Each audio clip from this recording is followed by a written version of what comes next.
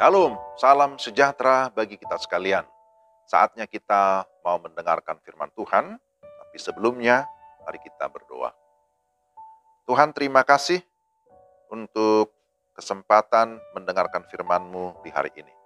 Kami memohon supaya Allah Roh Kudus menerangi hati kami, memberikan damai sejahtera sehingga kami dapat menerima firman-Mu dengan baik. Di dalam nama Tuhan Yesus, firman yang hidup, kami sudah berdoa. Amin. Yohanes 8 ayat 32. Dan kamu akan mengetahui kebenaran, dan kebenaran itu akan memerdekakan kamu. Demikian Yohanes 8 ayat 32. Tema renungan kita tetap teguh dalam kebenaran. Saudara-saudara, dalam melakukan satu kegiatan, diperlukan satu keteguhan atau satu tekad.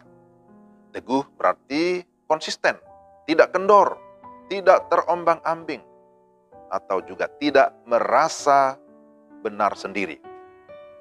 Dalam bagian ini, ahli-ahli Taurat dan orang Farisi merasa diri mereka sudah yang paling benar. Merasa sebagai orang yang sudah merdeka. Ternyata perasaan mereka tidak sama dengan fakta. Bagaimana kita dapat mengalami kemerdekaan? Maka kita melihat yang pertama bahwa kemerdekaan yang sejati itu berbicara tentang kemerdekaan rohani. Orang-orang Yahudi begitu yakin bahwa mereka akan merdeka karena mereka berasal dari keturunan Abraham secara ras atau suku. Mereka begitu pede ya bahwa kami adalah umat yang sudah dipilih. Akan tetapi Yesus sedang berbicara tentang kemerdekaan secara rohani. Kemerdekaan dari dosa itu tidak bisa diselesaikan dengan melakukan hukum Taurat atau tradisi, atau hanya karena faktor keturunan, kecuali iman kepada Yesus Kristus. Maka Yesus berkata, sebelum Abraham jadi, aku telah ada.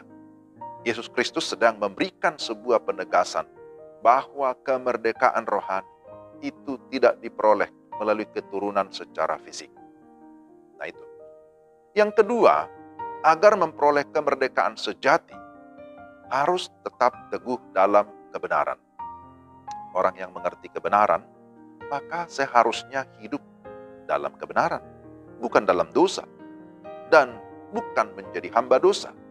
Orang-orang Yahudi yang mengaku sebagai orang yang taat pada agama, tetapi ternyata hidup dalam dosa, tidak dalam kebenaran, dan ini tentu sangat menyedihkan. Kebenaran apa yang dimaksud? Tentulah kebenaran firman Allah. Kitab Kejadian mengingatkan kita tentang kisah Adam dan Hawa yang jatuh ke dalam dosa. Pertanyaannya, mengapa mereka jatuh dalam dosa? Karena tidak teguh dalam firman, tidak tetap berpegang kepada firman. Firman Tuhan sudah jelas, tetapi Hawa mengendorkan firman atau menyelewengkan firman. Tuhan sudah berfirman, kalau kamu makan buah pohon itu, pastilah engkau mati. Tetapi Hawa menambah dengan berkata, jangan kamu makan atau raba buah itu, engkau akan mati. Lalu iblis lebih lagi memelintir firman dengan berkata, sekali-kali kamu tidak akan mati. Tapi apa yang terjadi? Adam dan Hawa terjebak, jatuh dalam dosa, dan akhirnya menjadi hamba dosa. Saudara, bagaimana seseorang bisa terlepas atau merdeka dari dosa? Maka Yesus berkata, apabila anak itu memerdekakan kamu, kamu pun benar-benar merdeka. Artinya, hanya dengan iman kepada Yesus Kristus, manusia bisa mengalami kemerdekaan dari segala perbudakan atau perhambaan dosa. Beriman kepada Yesus berarti sungguh-sungguh bertobat dan meninggalkan dosa. Ini adalah kebenaran yang fundamental atau kebenaran yang sangat mendasar. Jadi, karena itu saudara-saudara, tetaplah teguh dalam kebenaran. Jangan mau ditipu oleh dunia ini. Jangan mau ditipu oleh iblis yang berusaha merusak, bahkan mau mematikan iman kita. Tetapi percayalah kepada Kristus, sang kebenaran yang sejati. Di dalam Dia ada kelepasan, di dalam Dia ada kemerdekaan, di dalam Dia ada kepastian keselamatan. Amin. Mari kita berdoa. Tuhan, terima kasih Engkau mengingatkan kami supaya kami tetap teguh berpegang kepada kebenaran. Dan kebenaran yang sejati kami temukan di dalam Yesus Kristus sang kebenaran.